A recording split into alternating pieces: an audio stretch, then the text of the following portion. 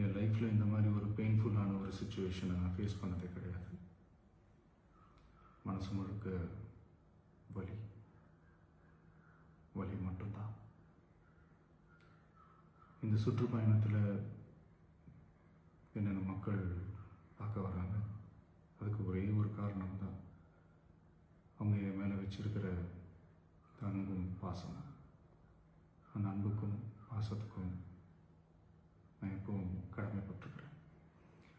அதனால தான் இந்த சுற்றுப்பயணத்தில் மற்ற எல்லா விஷயங்களையும் தாண்டி மக்களுடைய சேஃப்டி, அதில் எந்த காம்ப்ரமைஸும் பண்ணிடக்கூடாதுன்றதுக்காக தான் அது என் மனசில் ரொம்ப ஆழமாக இருக்கும் அந்த எண்ணம்.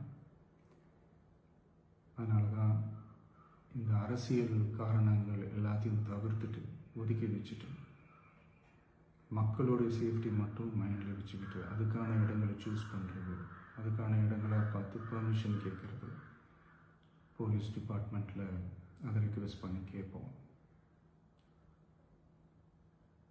ஆனால் நடக்கக்கூடாதது நடந்துருச்சு. நானும் மனுஷன் தானே.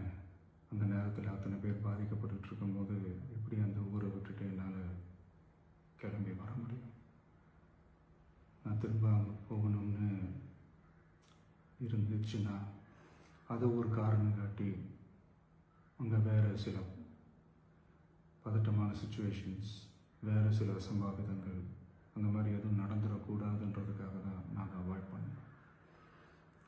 இந்த நேரத்தில் சொந்தங்களை இழந்து தவிக்கிற அத்தனை குடும்பங்களுக்கும் என்னுடைய ஆழ்ந்த இரங்கலை தெரிவிச்சுக்கிறேன். எனக்கு தெரியும், என்ன சொன்னாலும் இது ஈடையாகாதுன்னு எனக்கு தெரியும்.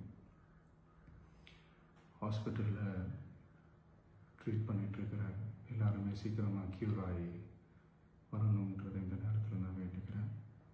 கூடிய சீக்கிரமே உங்கள் எல்லாரையும் நான் சந்திக்கிறேன்.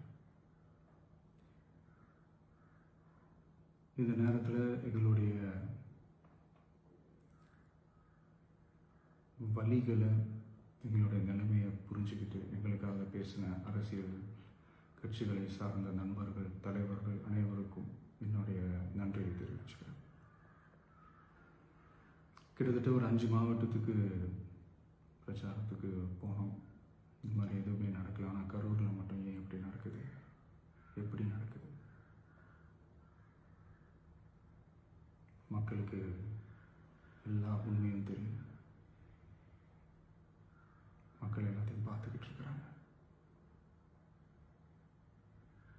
கரூரை சேர்ந்த அந்த மக்கள் அந்த உண்மையெல்லாம் வெளியில் சொல்லும்போது எனக்கு கடவுளே நேரில் வந்து இறங்கி அந்த உண்மைகள்லாம் சொல்கிற மாதிரி எனக்கு தோணுச்சு. சீக்கிரமே எல்லா உண்மைகளும் வெளியில் வரும்.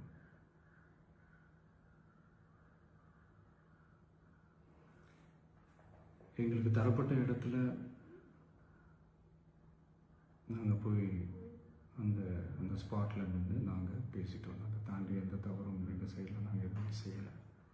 பட் இருந்தாலும் எங்கள் கட்சியை சேர்ந்த நிர்வாகிகள், தோழர்கள் மேலே எஃப்ஐஆர், அது மட்டும் இல்லை சோஷியல் மீடியாவை சேர்ந்த நண்பர்கள், தோழர்கள், அவங்க மேலே எஃப்ஐஆர்லாம் போட்டு இப்போ பிடிச்சிக்கிட்டு இருக்கிறாங்க.